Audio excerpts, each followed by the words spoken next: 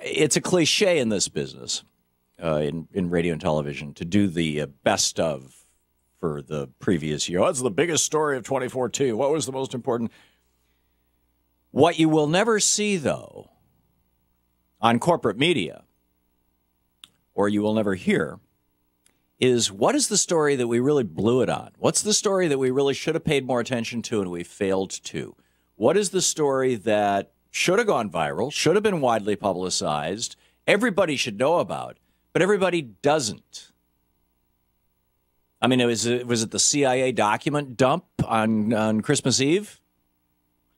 Was it the caucus room conspiracy? Now, that's a 6-year-old story, but every year it gets rebooted by Republicans in Congress. I put that at the top of that. That's if the caucus room for conspiracy, for those of you who might just be tuning in, hang on just a second. Let me grab my paper. For those of you who are just tuning in, the night that Barack Obama was sworn into office, or he was sworn in during the day, I was standing 60 feet from him when it happened, or maybe 60 yards from him when it happened. And that night, as he was and his wife and Ellen Ratner and I were dancing at the down at Union Station at the inaugural ball. This was 2009, January 2009, right? January 20th, 2009. In fact, the day that President Obama was first inaugurated as the first African American president in the history of the United States, a country that started out enslaving African Americans. As he was inaugurated, there was a group of men who were meeting in a private room in one of the fanciest and most expensive restaurants here in Washington, D.C. It's called the Caucus Room. Ironically, it's in the back end of the building that Louise and I used to live in when we lived in an apartment here in D.C. It's down on 9th Street and D, Northwest.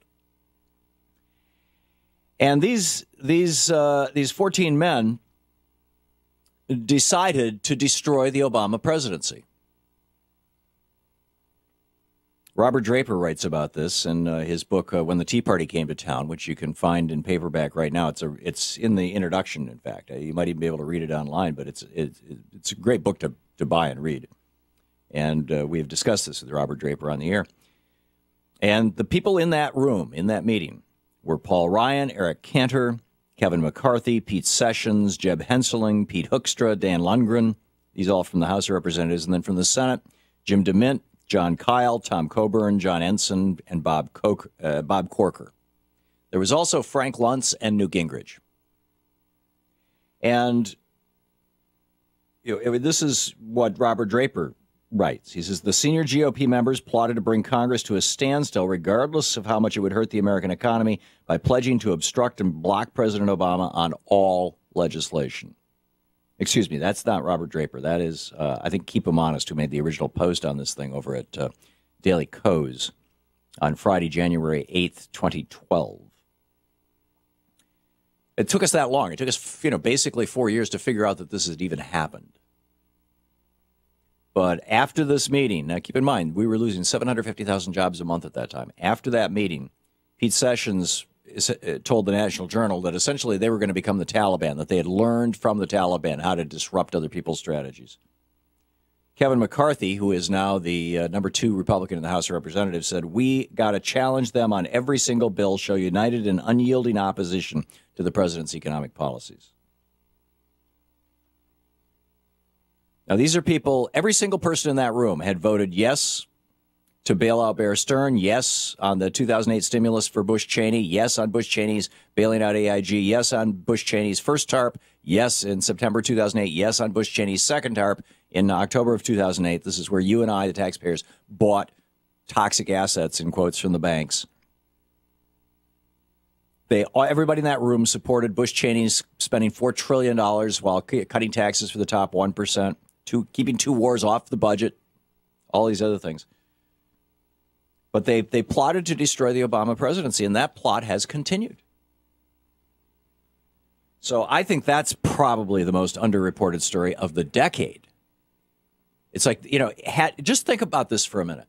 Had Democrats done this to a Republican president, Fox News would have been on it every day for the 6 years that it has been going on, And it would be like Benghazi or Fast and Furious. I mean, it would be one of those phrases where you just say caucus room conspiracy, and everybody in the country knows what you're talking about. 6 years of concerted, absolute, rigid attempt to hell with what it does to the United States to destroy this president. So I think that was one of the most underreported stories.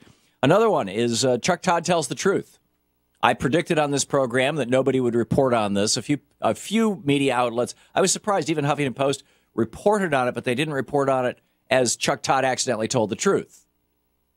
It's like nobody other than a post over in Democratic Underground, pretty much to the best of my knowledge, and a piece that I wrote that was on Truth Out, nobody was pointing out that Chuck Todd laid bare. Now, if people say, why is Meet the Press's ratings in the tank? Because they never confront their politicians.